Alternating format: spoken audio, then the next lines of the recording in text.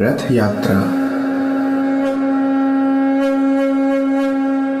एक ऐसा त्योहार जब भगवान जगन्नाथ अपने भाई बलभद्र और बहन सुभद्रा के साथ रथ पर सवार होते हैं और निकल पड़ते हैं एक पवित्र यात्रा पर अपनी मौसी गुंडिचा माँ के घर। इस दृश्य को देखने के लिए हर साल देश विदेश से लाखों लोग पुरी आते हैं, कोई सिर्फ दर्शन के लिए तो कोई भाग्य समझ के रथ खींचने के लिए।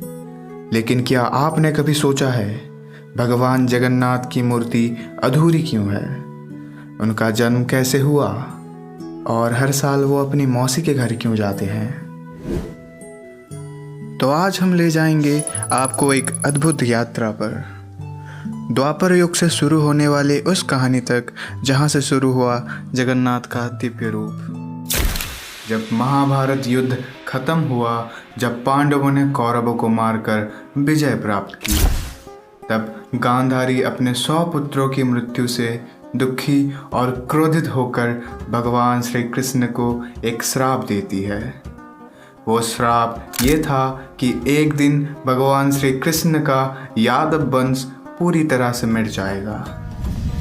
ये श्राप देने का कारण ये था कि अगर श्री कृष्ण चाहते तो ये महाभारत युद्ध रोक सकते थे, पर उन्होंने ऐसा ना करके पांडवों का साथ दिया और उनको सब कुछ पहले से पता था कि युद्ध में क्या होने वाला है।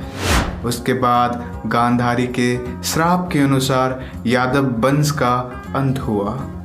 एक दिन जब कृष्ण एक वृक्ष के नीचे आराम से विश्राम कर रहे थे और अपने पैरों को हिला रहे थे, तभी एक जारा नाम का शबर हिरन का शिकार करते हुए वहां पहुंचता है। वो पेड़ों के बीच कुछ हिलता हुआ देखता है और तुरंत एक जहरीला तीर छोड़ देता है जो जाकर सीधा कृष्ण जी के पैर में लगता है।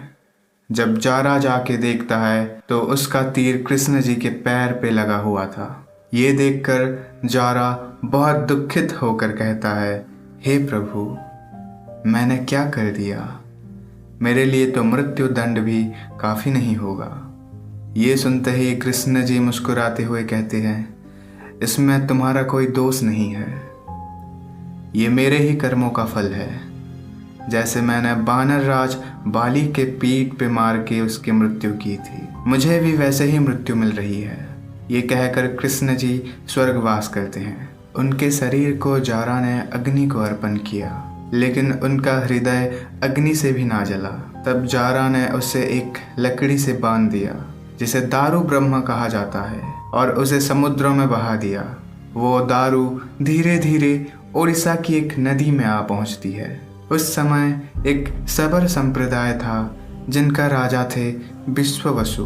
वो उस दारू ब्रह्म को पानी से निकाल लेते हैं। उसमें से दिव्य चमक निकल रही थी। उस दारू को विश्ववसु एक गुप्त गुम्फा में नीलमाधव के रूप में पूजा करने लगते हैं। इस बारे में सिर्फ शबर संप्रदाय को पता था और किसी को भी नहीं।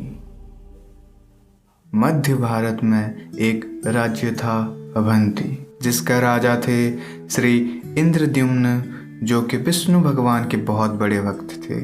वो भगवान विष्णु के एक छोटी सी झलक के लिए तरस रहे थे। एक रात जब राजा सो रहे थे, तब भगवान विष्णु खुद सपने में आए और बोले कि मैं उड़ीसा में नीलमाधव के रूप में पूजा पा रहा हूँ। कई लोग ये भी कहते हैं कि एक दिन एक ऋषि आकर उन्हें बोले कि उड़ीसा में कहीं पे गुप्त तरीके से स्वयं भगवान विष्णु नीलमाधव के रूप में पूजे जा रहे हैं। उसके बाद राजा इंद्रद्युम्न ने अपने राज्य के पुजारी विद्यापति को उड़ीसा भेज दिया नीलमाधव के प्रतिमा को ढूंढने के लिए। विद्यापति भटकते हुए उड़ीसा उस गांव में पहुंच गए जहां शबर संप्रदाय के लोग रहते थे। वहां उनकी मुलाकात एक लड़की ललिता से होती है, जो कि विश्ववसु की पुत्री थी। धीरे धीरे विद्यापति को ललिता पसंद आने लगी और उनकी शादी हो गई। एक दिन विद्यापति देखते हैं कि विश्ववसु सुबह सुबह पूजा का सामान लेकर कहीं जा रहे हैं। जब उन्होंने ललिता से पूछा तो उसने नीलमाधव के बारे में बताया। ये सुनकर विद्यापति बहुत खुश हुए। उनको लगा महाराज का दिया हुआ कार्य पूरा होने जा रहा है।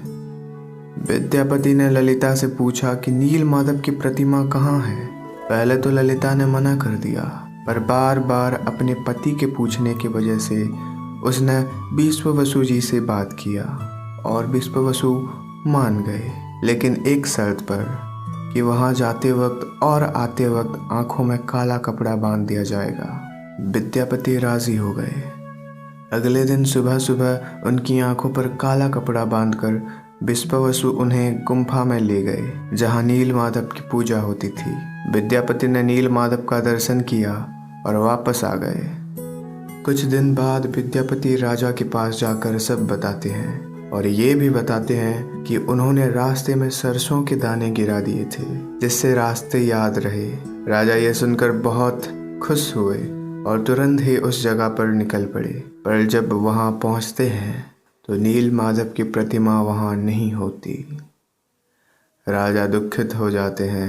तब भगवान विष्णु अदृश्य रूप में उनसे कहते हैं कि मैं यहाँ से जा चुका हूँ, लेकिन पुरी के समुद्र में एक दारू बह रहा होगा, जिसमें शंख, चक्र, गदा, पद्म के चिन्ह होंगे।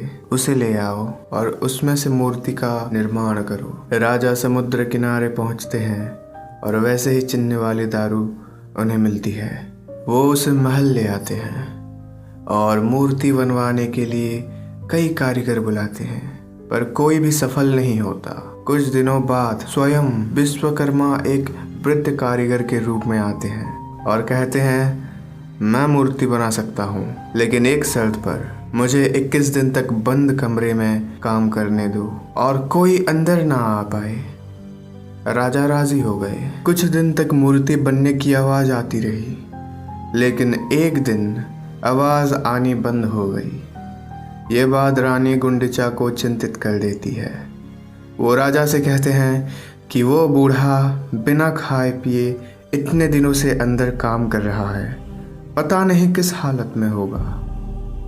उनका मन नहीं मानता और वो दरवाज़ा खोल देते हैं। दरवाज़ा खुलते ही उन्हें सिर्फ अर्धनिर्मित मूर्ति मिलती है। तभी से जगन्नाथ, बलभद्र और सुभद्रा के रूप में उनकी पूजा होती है और इसी ही प्रकार जगन्नाथ जी का जन्म होता है, एक अर्धनिर्मित मूर्ति की रूप में। और उन्होंने देवी गुंडिचा को अपनी मौसी के रूप में ग्रहण किया, इसीलिए हर साल वो अपनी मौसी के घर घूमने जाते हैं।